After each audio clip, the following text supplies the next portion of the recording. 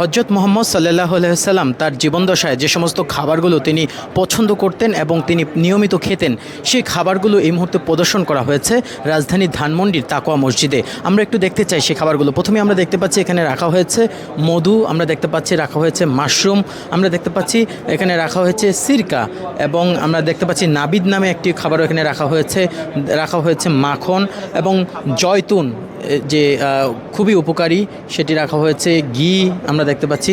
আমরা দেখছি তালবিনা নামে একটি খাবার দেখতে পাচ্ছি, এবং পনির চিজ দেখতে পাচ্ছি, দুধ আমরা দেখতে পাচ্ছি এখানে রাখা হয়েছে। পাশাপাশি আমরা দেখতে পাচ্ছি শারিদ নামে একটি খাবার আমরা দেখতে পাচ্ছি, এবং ঠিক মুরগির মাংস আমরা দেখতে পাচ্ছি। পাখির গোস্ত কিন্তু তিনি খেতেন, সেটিও কিন্তু দেয়া রয়েছে, এবং প্রতিটি খাবারের নিচে ঠিক কোরআনের সূরা এবং আয়াত নাম্বার এই খাবারের উপকারিতাগুলো যেগুলো রয়েছে সেগুলো রাখা হয়েছে। গমের রুটি, যেটি খুবই পছন্দ ছিল প্রিয় নবী হজরত মুহাম্মদ সাল্লাল্লাহু আলাইহি ওয়াসাল্লামের, সেটি রাখা হয়েছে।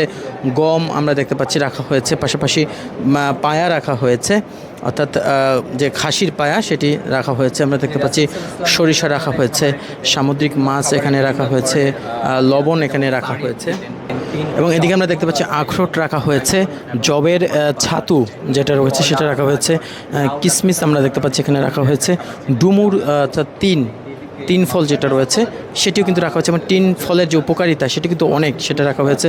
আমরা দেখতে পাচ্ছি কালো জিরা এখানে রাখা হয়েছে, এবং ফল থেকে আমরা দেখতে পাচ্ছি আনার রয়েছে, খেজুর কিন্তু রাসূল সাল্লাল্লাহু আলাইহি ওয়াসাল্লাম খেজুর দিয়ে তিনি ইফতার করতেন, এবং খেজুর এর উপকারিতা, এবং খেজুর কিন্তু রাসূল সাল্লাল্লাহু আলাইহি ওয়াসাল্লামের অনেক পছন্দের ছিলেন, এবং কয়েক ধরনের আমরা দেখতে পাচ্ছি খেজুর রয়েছে, এবং আমরা দেখতে পাচ্ছি আঙুর রয়েছে, আদা রয়েছে, যেমনটা দেখতে পাচ্ছেন তরমুজ রয়েছে, কলা রয়েছে, গাজর রয়েছে, শসা রয়েছে, মিষ্টি কুমড়া রয়েছে, এবং লাউ রয়েছে, এবং খাবার পানি কিন্তু মাটির পাত্রে রাসূল সাল্লাল্লাহু আলাইহি ওয়াসাল্লাম খেতেন, সেটিও এখানে রাখা হয়েছে।